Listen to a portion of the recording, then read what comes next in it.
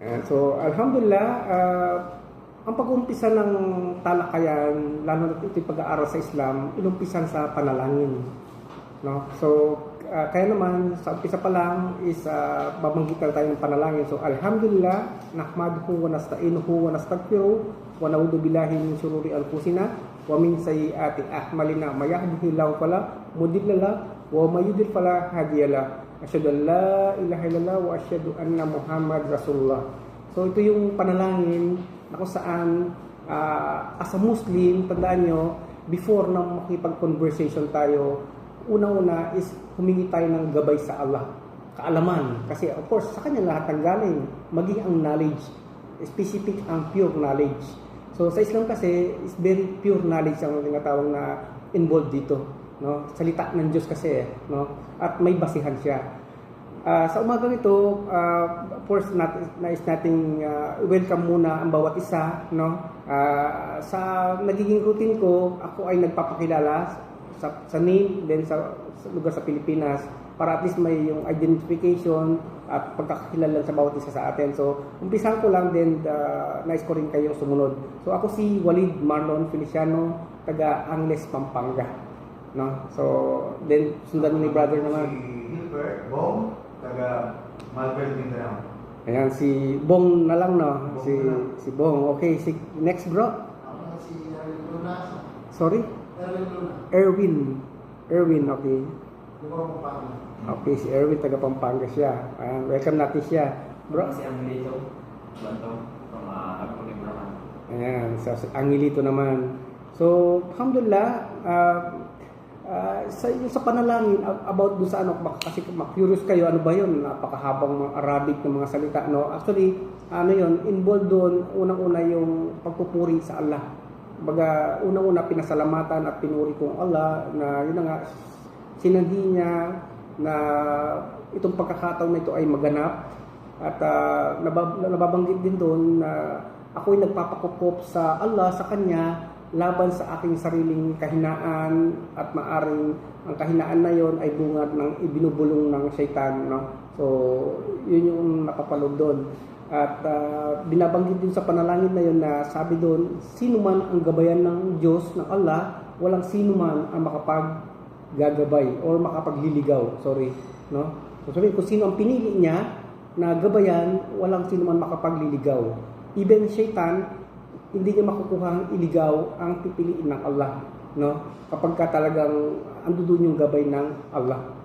Subalit, sabi niya, napapanood din sa panalangin na yun, subalit, sabi niya, kung sino man ang hahayaan ng Allah na maligaw, mapariwara, o mapasama, walang sino man din ang makapaggagabay pa, maliban lang din sa kanya, no? So, at binanggit ko doon na ako'y sumasaksi na walang ibang Diyos na karapat dapat sambahin maliban sa Allah at si Muhammad ay sugo ng Allah. So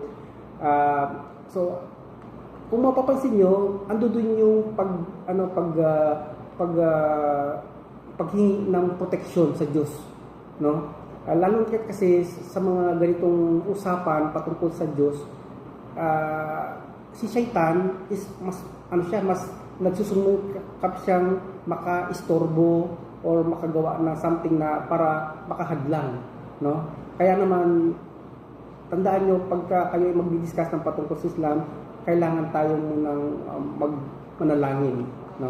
Okay, so alhamdulillah. So, sa umagang ito, nais kong italakay, ang maging talakay, yung maging subject matter, yung patungkol kay Allah, no?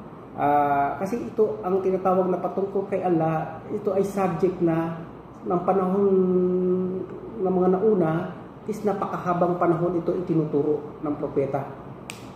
So, history tayo. Sabi sa kanya kanina, the meaning of Islam, ang kahulugan ng Islam, isa sa kahulugan niya, ito ay sumasakop sa lahat ng aspeto o pamamaraan ng pamumuhay, isakop ng Islam. Sabi nga, umpisa pa lang sa pagkasilang ng bata, no, may pamamaraan na tinuturo ang Islam. Pagka siya'y lumaki, pinalaki ng magulang, kung ano pa pamamaraan na dapat ipapalaki ng bata is meron din tinuturo ang Islam. Total way of life. Waalaikumsalam warahmatullahi wabarakatuh. So, welcome bro. Ashallah. Sige po. Then so of course alam natin yung stages ng ano no kung paano tayo nagiging matured no. So hanggang sa tinatawag na sabi natin na kung sa bahay may tinuturo na pamaraan ng pamumuhay ng Islam hanggang sa lalabas ng bahay sa barangay, sa komunidad, hanggang sa tinatawag na pagka sasapit yung tinatawag na halimbawa mag-aaral, edukasyon o something na sistema ng pamumuhay or gobyerno or tinatawag na yun nga, political side. So lahat ng aspeto is merong tinuturo ang Islam. Kaya very interesting siya. So ngayon kanina nagbanggit tayo ng kasaysayan no. So maging ang history no. Sabi ko nga kanina nakarating ang Islam na kung saan ang Islam is nag-origin dito sa deserted land no. Nakarating sa maraming mga lugar.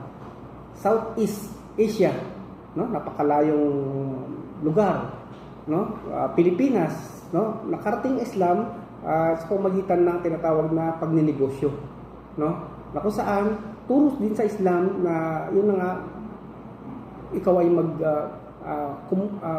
unang-una magsumamba kay Allah at the same time ikaw ay gumawa ng kabuhayan mo na kung saan hindi nahihiwalay dapat yung tinatawag na spiritual na pananampalataya no.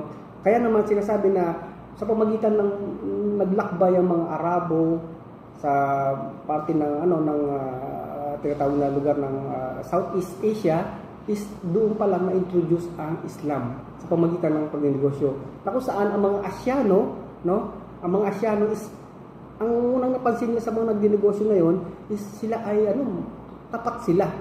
Once na isang produkto ay talagang mataas ang kwalidad, sinasabi nila mataas ang kwalidad niyan at kaya naman ang presyo niya ay mataas din.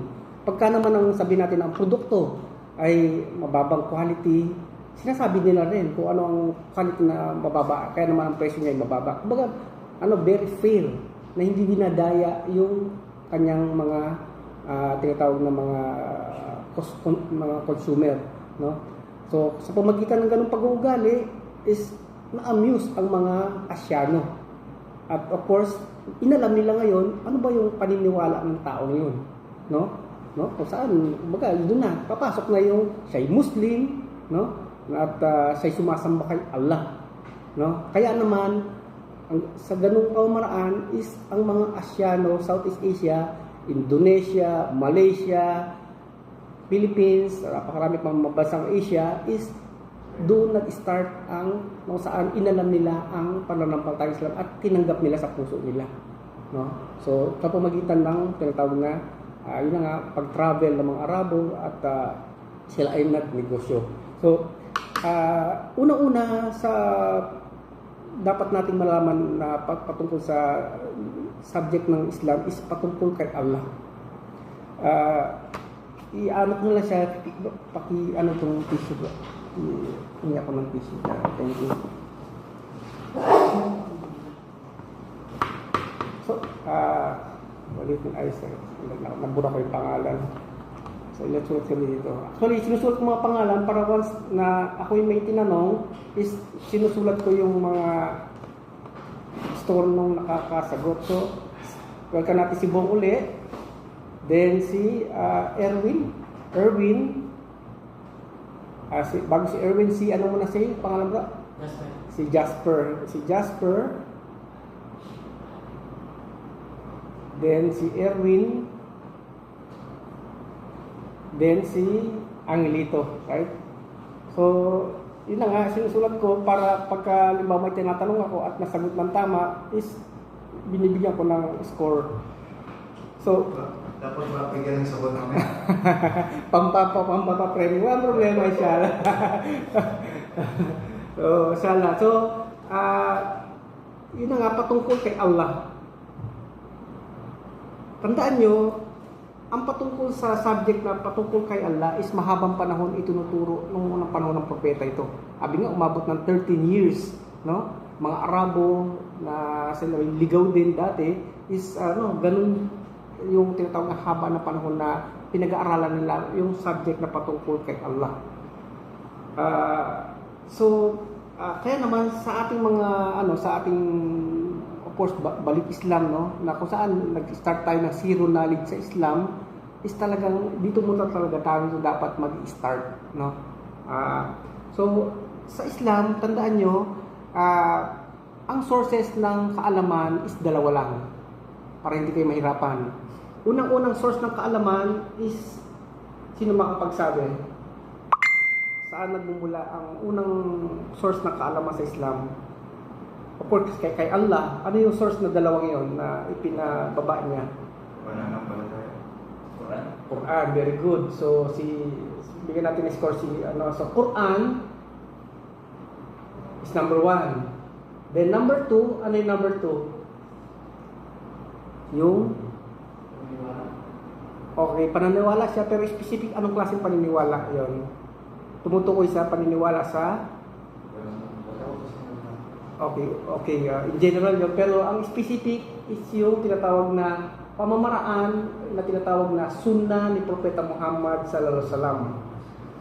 So Quran, pagka-Quran sinasabi na para madali lang maintindihan, ito ay salita ng Diyos, salita ng Allah, no? Kaya nga 'di ba binigyan kayo ng book na patungkol sa Quran, no? So yun ay tumutukoy sa salita ng Diyos, ng Allah. Ang sunnah naman, ang sunnah ay tumutukoy ito sa kapamaraanan. Kapamaraanan meaning to say involved ang maaring ikinilos o sinalita.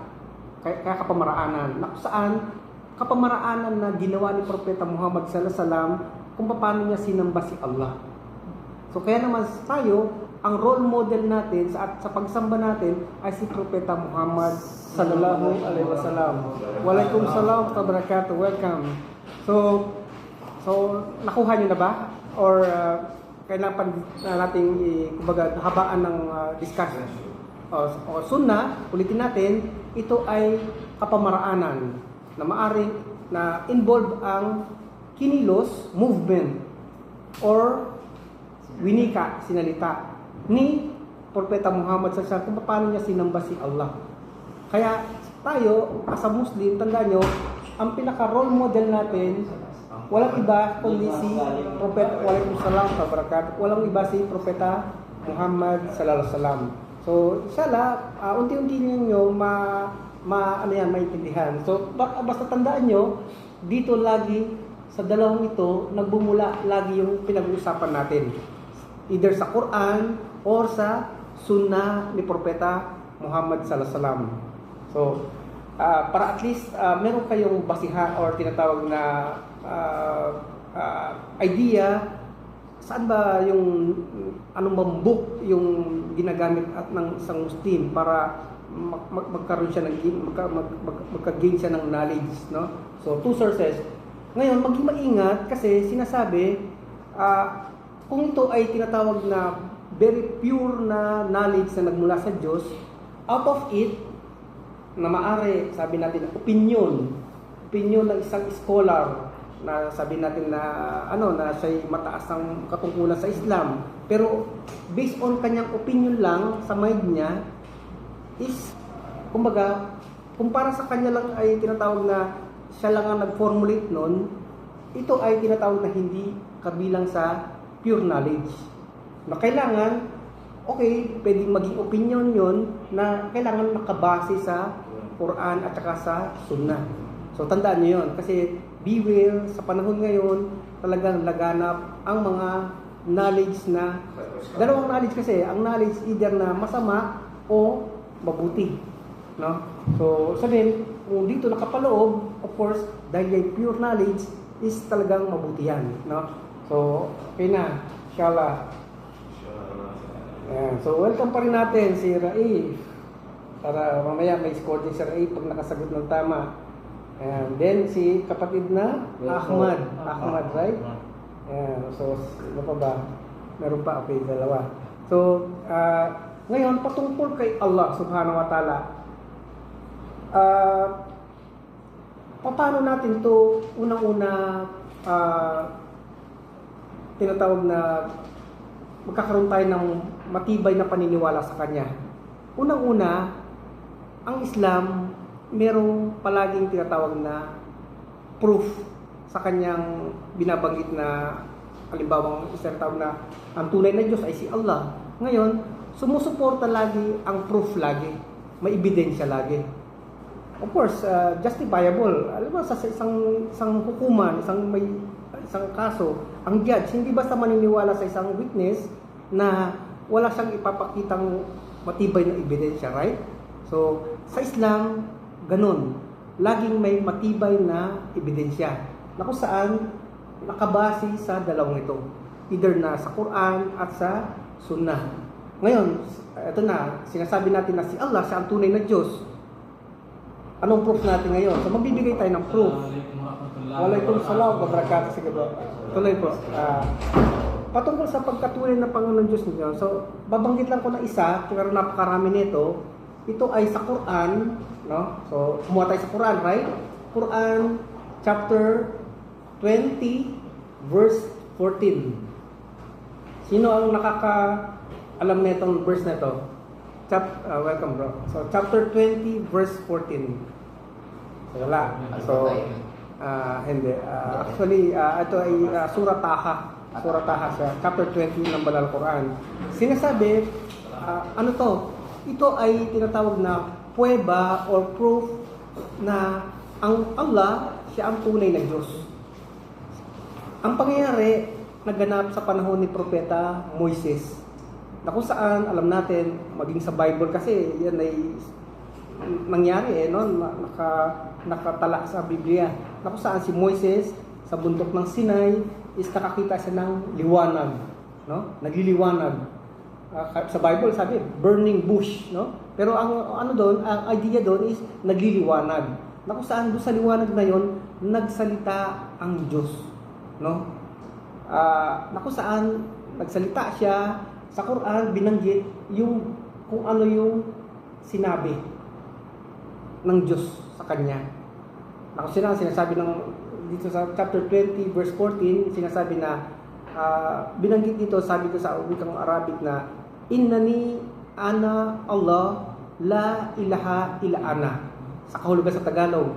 Sa verse nito, sinasabi na ang Diyos, narinig ni Moises, kinausap siya, na sinabi na, katotohanan, ako ang Allah, walang ibang Diyos na dapat sambahin maliban sa akin. No? Proof yun. Kaya naman, sabi natin na matibay ang paniniwala natin as a Muslim na ang tunay na Diyos ay talagang nagngangalang Allah sa pamagitan ng proofs na ito. At napakarami pa. No? So, baga ito ay tinatawag na isa lang, kabilang lang. At I think ito na yung pinaka-direct na yun. Kasi ano yun mismo siya ang salita at binanggit niya ang kanyang pangalan mismo. No? So, chapter 20, verse 14. So, tandaan niyo yun. Magagamit nyo ito, Surah Taha siya. Magagamit nyo ito kapag once na kayo ay nagpakilala kay Allah. No? At marami pa. At I think ito na yung mas madali at very in details kasi sa buhay ni Propeta Moises nangyari ito. No? So, ngayon, another one. So, kasi sabi nga natin kanina, proof tayo kanina na puro proof tayo no? Sa pagka-Diyos pa rin ng Allah. Quran pa rin. Quran chapter 19 verse 30. So proof pa rin to sa pagka-Diyos ng Allah. Ito naman, kung ito ay nangyari sa panahon ni Moises, okay? Tandaan nyo, ito naman, itong verse na to, ito ay nangyari sa panahon ni Maryam. Very good. Kaya naman, ang chapter 19 is, pangalan niya ay Surah Maryam. Very good. Aware ka sa verse 30? Hindi pa, pero nabasa ko siya. Okay, very good. At least meron kang idea. So dito, ang istorya dito, sa panahon ni Jesucristo, na kung saan, ito ay tinatawag na, sorry? Okay, nung napanganak si Jesucristo, right? Yan niya tayo. Nagsalita si Ayun. bilang patunay kasi si Maria hindi pinagsalita ni Allah bilang isang okay. Parang Mashallah. Okay. At least bibigyan kita ng 2 points dyan. Kasi aware ka sa isa proof na to. Pero si No? Isa, Ah. si Jesus, ay nagsalita. Pero Ah. para maniwala yung mga nakapaligid sa kanya. Yes. Okay. Si So yun Jesus ay yung pangyayari na kung saan, sinugo niya. of course, aware tayo na si Virgin Mary, inakusahan nung panahon niya na siya nagpabuntis. Kasi ayaw maniwala ng tao na magkakaanak siya kahit na wala siyang asawa. So yun yung pangyayari. Ang mga Hudyo noon, kasi nasasakupan siya ng mga Hudyo no? Ang lugar nila sa Palestine, which is doon ang Bethlehem, yung mga Hudyo noon ayaw maniwala na yung pagbubuntis niya ay tinatawag na ito'y milagro. Na kung saan, kaya naman, actually, that time, umiiral na yung tinatawag na stone to death. Kung sino man ang gumawa ng kataksilan, na immortality, na laman ng buong tao, is hatol ay stone to death. Right? Ayun ay batas ng Diyos. Waalaikumsalam, kasi tuloy bro. Ngayon, ayan, welcome kayo. Mashallah. So, buti nakahabol pa kayo. Dahil kayo. So, sige po, po kayo. Inshallah. So, welcome natin sila mga kapatid na, ayan. So, tuloy natin. So, yun yung pangyari dito sa verse nito. Sige. So, Di tama lang din kasi yan, kasi yung yan yung inaasahan si Maria na sorry sa salita pero para wala siyang asawa, sinasabi ng mga tao na siya ay nagpabuntis. Nagpabuntis siya. Pag yung babaeng kalkalin, parang ganun. Kaya naman sa Islam, tingnan nyo kung paano pinapahalagahan si Virgin Mary, no? Kumbaga talagang sa aral ng Islam, dinitalya talaga na siya hindi gumawa ng kataksilan. Kaya nga nagganap itong tinatawag na itong verse ito, itong milagrong ito. Ako saan, sanggol pa lang siya, pinagsalita sa ng Diyos para madepensahan niya yung kanyang nanay. Which is, ito yung first miracle ni Jesucristo. No? Kaya, aware tayo, maraming miracle na naganap si Jesucristo, di ba? Nakapagpagamot ng mga may sakit. Yan. So, sige, first sentence na napapaloob dito, sinong may idea? Sige. Nalaman ko lang din pero naalala ko ng buhay. First sentence lang.